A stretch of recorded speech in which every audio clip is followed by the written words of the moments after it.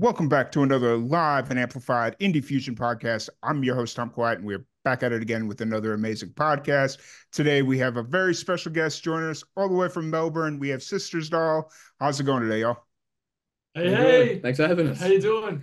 Doing really well. Excited to have you all here. Excited to sit down and chat. I've ran across y'all randomly on Instagram as I tend to do, and I was like, hey, let's get these guys on the Right. podcast. So excited to have y'all here.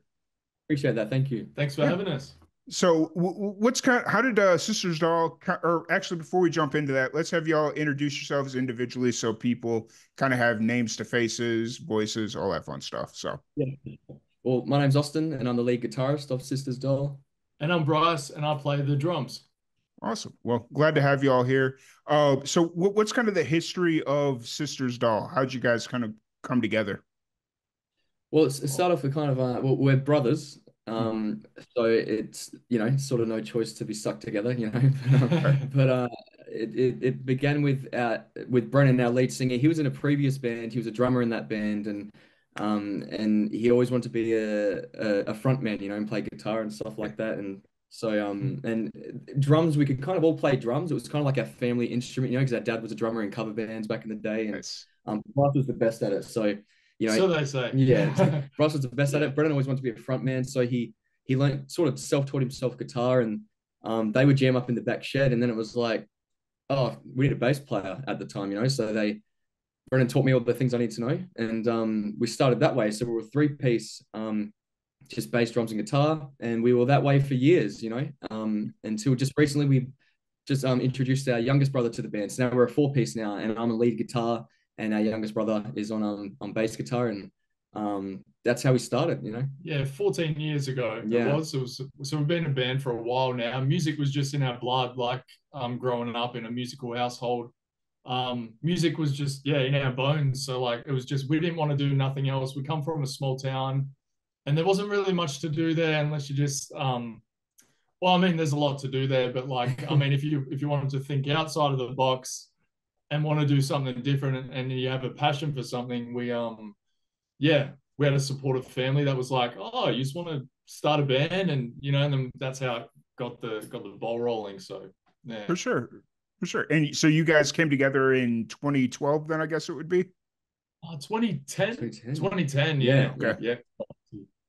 So Gotcha. we started 14 years, but then them 2 years of COVID kind of That's yeah. true. That's very true. Because I tend to forget there's parts of Australia where those COVID restrictions were crazy. So, It Yeah, was ours insane. was Melbourne was one of the most strict, I think. We were yeah. like, yeah, really up for a long time. Yeah. I couldn't quite remember because it was like, I don't remember if it was like Melbourne in that part of the country or if it was like Sydney in Mm. that part of the country. And then I had somebody from Perth on. They're like, honestly, after a little bit, we kind of forgot there was COVID. So Yeah, it's like, yeah. Yeah, Western Australia did well, Perth and stuff. They were yeah. fine. And that's yeah, where we're originally from too, Yeah, WA. yeah. We're Yeah. originally from there, so we wanted to go back, but fair. it was stuck. Yeah. So y'all are originally from Perth. Did you grow up there and then move to around Melbourne, or were you still Yeah. relatively young when you came to Melbourne? Yeah, we grew up over there, born and raised there. We grew up in a town like 2 hours south of Perth called Collie. Okay. Tiny. It's a small little town. And yeah, as Bryce said, there wasn't much to do. You could either play football, work out in the mines, or do music, and we picked music. So yeah, Nice. but yeah, lived our whole lives there and moved to Melbourne like 11 years ago now, or 10 or Something like that. Yeah, it was like 2014 we moved to Melbourne, and because that's kind of like, well, they call it the music capital of Australia type of thing. Yeah. Um it's just like it's probably got more of the music scene. Like there's a lot of yeah, bands, a lot of yeah. that kind of thing happening in Especially Melbourne. for our genre too, it's really happening a bit more in Melbourne. Yeah. Nice. And if you want to fly to LA or things like that, you want to travel the world with music and do things.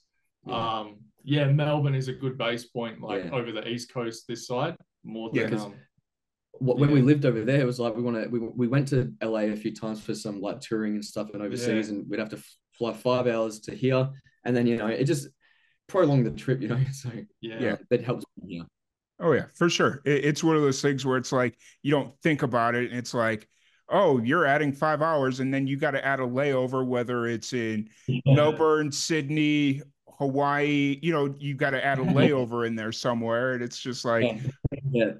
from Extends Melbourne, it. you could pretty much make it in one shot. So Pretty Yeah. much.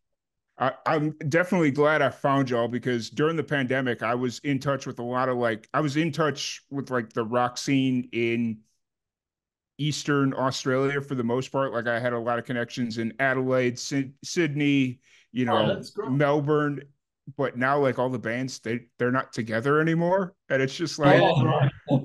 oh, Yeah. and most of the people aren't even playing music anymore. It's just like, oh, that warm welcoming I was going to get when I finally made the trip out to Australia, it just quite isn't there anymore. So Yeah.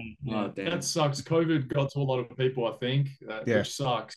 That's terrible. Yeah. Yeah. We had no choice because we're brothers. So Yeah. So is the entire band brothers, or is the lead singer the only one that's not a brother?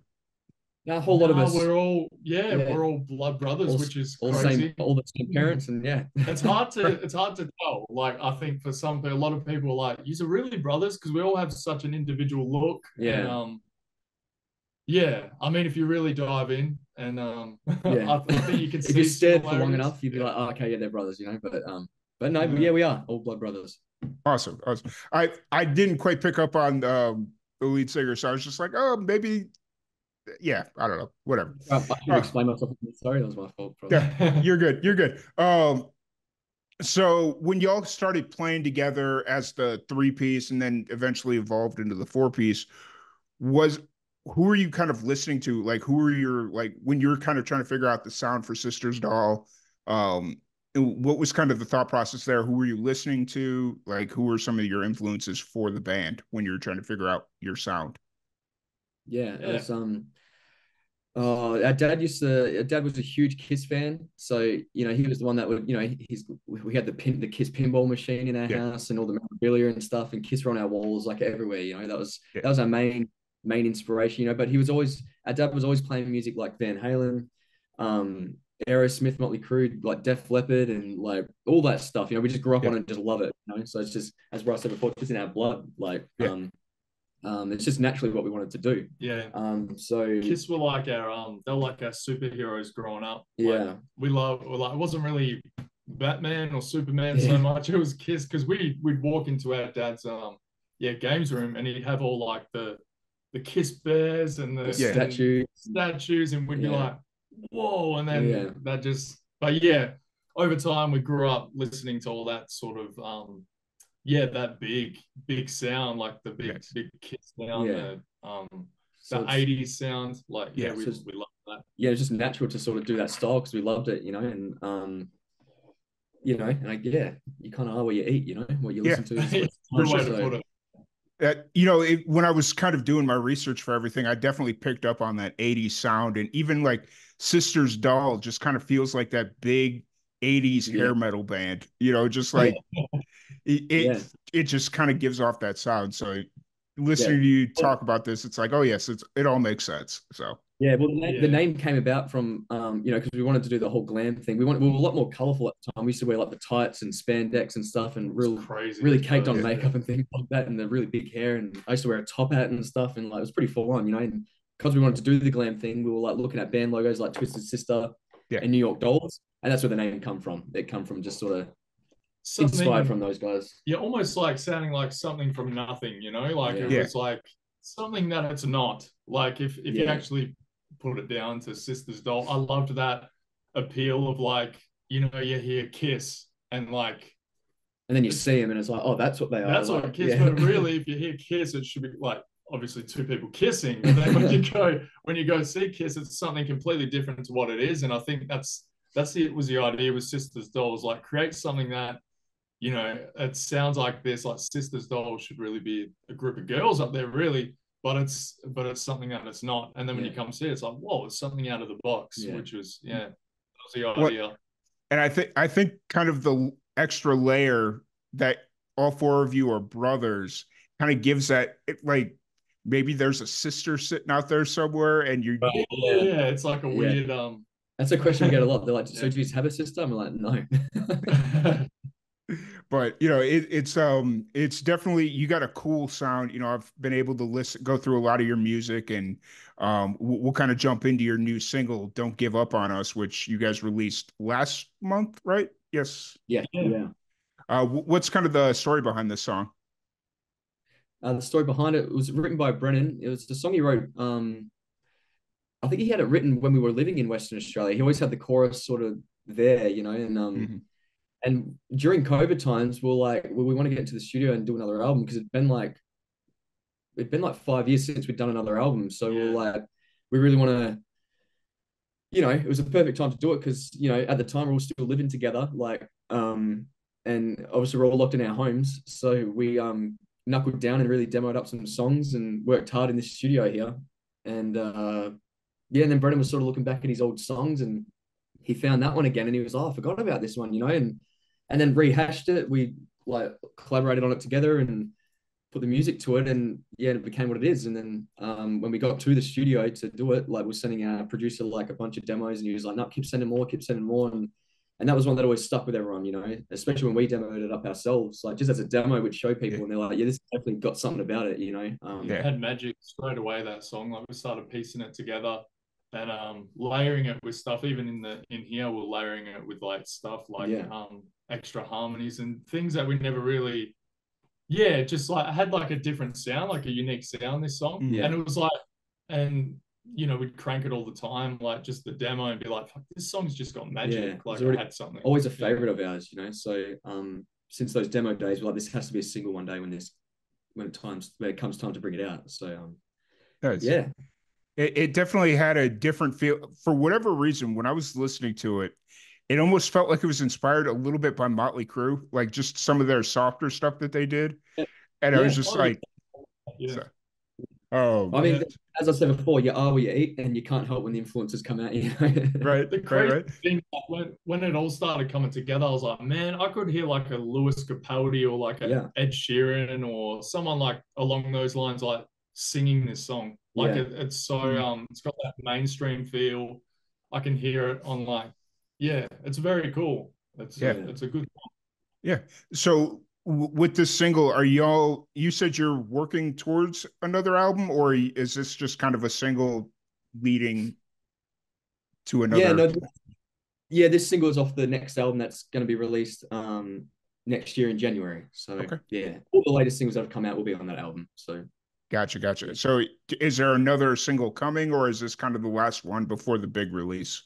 I think we've got we might do one more, I think. One more or two, possibly. One or two, Gotcha. Yeah. So all the singles you've released since the last album will be on this next one, or no, they'll be yes, on this next one. Yeah. Gotcha. So where are you guys kind of at show wise right now? How often are you playing? I saw did you guys just play like a stadium show or something, or play like we did. We got asked to do the halftime performance for the National Rugby League. There it is. Okay. Yeah. So we did the halftime performance of that, and that was a huge experience for us. Like we never played a stadium before, so that was our first stadium. Nice. Now, are you guys into rugby? Is that what you guys get into outside of music, or? We're probably more into like Aussie rules. It's called AFL over here. The NRL, unfortunately, we don't really get into it much. We know of it, obviously, but we don't watch it really. But I think because we came from WA and then now living in Melbourne, it's really Australian Football League. AFL is like a real Actually, that's starting to work its way over here to the States. There's a couple of like small Australian league football or football league type things, and I've had an opportunity to kind of watch it because there's some Australian league footballers that are coming over to the States to play in the NFL. And it's just kind of really interesting to watch, like the differences and how hardcore it is. So it's pretty full on. Yeah, you just get tackled to the ground and no protection, no helmets or anything. Yeah, it's intense. It's crazy. Oh, so that was that your most recent show or the halftime gig or? Yeah, that was the latest thing we've done. But then we've got what have we got coming up? There's an Australian rock cruise that goes for 5 days. Nice. That's October. Ever since we did the Kiss cruise, it's just opened this can of worms. Yeah. And, even over in Australia, they do yeah, some big acts of like well-known acts in Australia. They've thrown them all on a boat, and we got to jump on that, and then the Monsters of Rock cruise next year, which is going to be awesome. Yeah, nice. Yeah, that leaves from Miami, so that's going to be fun too. Nice. Yeah, we just keep getting boat gigs, and we love it. Keep it coming, like it's right. Good. I've been really shocked by all the cruise gigs that are coming, and it's not like the cruise concerts or the cruise festivals or whatever it is. You know, it's like here in Texas where I'm at, we get a whole bunch of the country cruises. Yeah. And it's like, I don't know where this stuff came from, but it seems to be working really well. So yeah, people love it. It is cool. Like, it was an awesome experience when we did the Kiss one. That was just like, you're stuck on a boat in the middle of nowhere. Yeah. It's like paradise. It feels like paradise. Like, I didn't realize that cruise of that size. Should have known, but I didn't realize I had like massage parlors and like you're in like a massive shopping center on a boat or something. Like it's weird. Like elevators. It's crazy. Nice. And how's the scene recovering in and around Melbourne? Is the scene recovering pretty good since the pandemic, or? Yeah, it is. It's I think it's been not too bad. Yeah. A few like you said, I think a few bands kind of called it a day, and a few projects that what I've seen in the scene and stuff have been like, when they're not doing it anymore. Or I think a lot of people I think even thought it just wasn't ever going to get better, so they're like, let's just call it quits, you know. And the saddest thing I think that we've seen more than anything is venues like have closed down, and like a lot of places to play. There's only a select few of like places, and especially for like the size crowd we play to at the minute. And it's like you've only got a select few venues you can choose to like do it. Yeah. Well, and I think during the pandemic, you really started to see what venues were operating on such thin margins, you know, because like I saw a lot of venues that closed after like 2 weeks are like, we can't continue. Like, and then you had some that were able to stick it out, and it's like, it's crazy to kind of watch it unfold. For sure. Yeah, it was so interesting though. Like once the pandemic ended, or once we were free, our like first gigs were like so packed. Like they were huge, everyone's just keen to get out there and have a good time. You know, it was right. It was interesting. Yeah, for sure. So kind of looking forward to the rest. I'm going to say the rest of the year, because if I say the rest of the summer, that opens up a whole new can of worms, because it's still summer here and it's winter by y'all. But as you kind of look through the rest of the year, what's kind of the plans as you approach the release of your next album? Yeah, so we got we have another single coming, and then we'll get the pre-orders for our album, and a whole bunch of stuff like that. Rock the Boat is in that's a couple of months. Yeah, October. Yeah, and that's a pretty big. So we've been rehearsing a lot for that. Doing a lot for that. And then what else are we doing? It's kind of we've got a big show planned for our album launch, which is in Melbourne, in January next year. So it's the night after the album drops. Nice. And that's we're kind of focused on that big show and this Rock the Boat, which is in between. We might do some things in between. We're going to see what comes our way, like the NRL thing. We jumped at that. And things like that we'll probably do, but and the album launch is that's a huge one. That's we're gonna pretty much got a whole weekend sort of dedicated to based around us. You know, we're doing like a listening party, and then we're doing like a on a Thursday we're doing a listening party, and then on a Friday we're doing a DJ set, like sort of playing our music, and then the Saturday's the album launch. It's just going to be this full weekend, just about us. Nice. And then the show's going to be a big one. We got all our effects coming and all our spinning drums and all this stuff we do, and probably the biggest venue. We've played there a lot of times, but we've never headlined this venue in Melbourne, so like it's a big one for us, so that's going to be fun. Hopefully people turn up. It's kind of nerve-wracking, you know. Nice. That's cool. It's always really cool when you get to do a full album release and just kind of, go big or go home. Like, I mean, that's kind of the name of the game. So Yeah. so you guys kind of take the approach of playing out a little bit less and just kind of when you do have those shows, just kind of making them as good and big as you can. Yeah, I guess Australia kind of rolls that way these days. It's a bit like if you play every week, like we wish we could play every we weekend. used to do that. Like we used to do that a lot. Like every weekend, we're always gigging, and then it got to a point where people were like, oh, I won't see you this weekend. I'll see you next weekend. And they're picking, choosing with it. So you kind of have to pick and choose your battles. Cut it down a little, so then you can have a decent audience, I guess. Like, because it's not quite as easy to tour around Australia as it would be like here in the States. No. So there's not too many like towns. I mean, there's towns you can go to and stuff, but they're like, I mean, we've driven up the East Coast and toured up and down that, and there's your main cities you can go to, but even so, those cities aren't like, super hard on the rock and roll and things like that. It's a little bit more focused on like country or whatever it is, like solo singer-songwriter type stuff. Yeah, and indie sort of music and things like that. Yeah, you'd play a town, just for an example, you'd play a town and they'd have like the footy on or something, and they want you to turn down and shut up or whatever, so you can watch football. If they have the footy on in the pubs or whatever, like you gotta. You just feel like a nuisance, You just got music on in the background. Yeah. I mean, you get that here. You get that here in the States too, but it's like whatever. So, I mean, the main city. Most bands when they come, you got your four main cities, 4 or 5 main cities. There's Adelaide, Brisbane, Perth, Sydney, Melbourne, and most of the time people don't go to Perth. Yeah.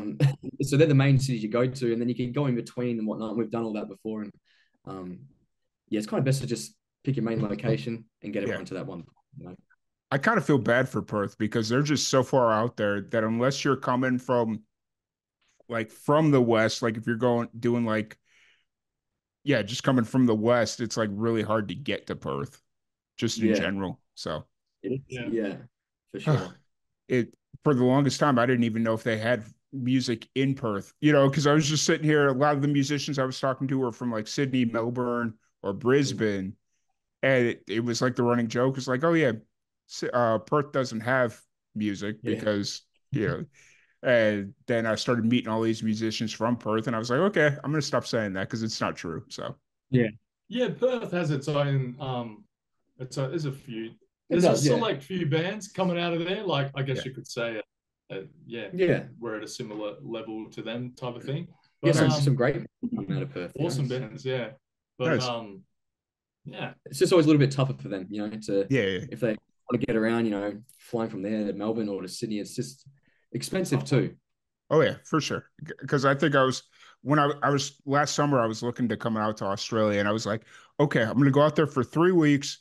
I'm going to do a whole loop from, hit all the major cities, including Perth. And it just for like the traveling expenses was going to be like $3,000 or $4,000. And I'm like, brutal. Yeah, I think I'm going to rethink that trip. So, yeah. So did you end up coming to Australia? Not yet. I haven't been yet. So I'm working on it. It's make sure there's a Sisters Doll show on your list. When, when you come. For sure. Yeah.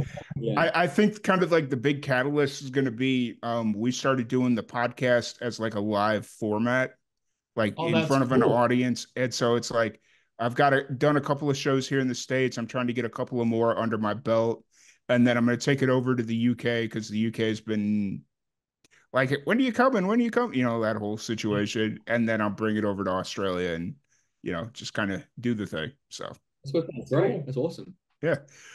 So outside of music, what do you all get into? Like when you need to either get away from each other or beat up on each other, or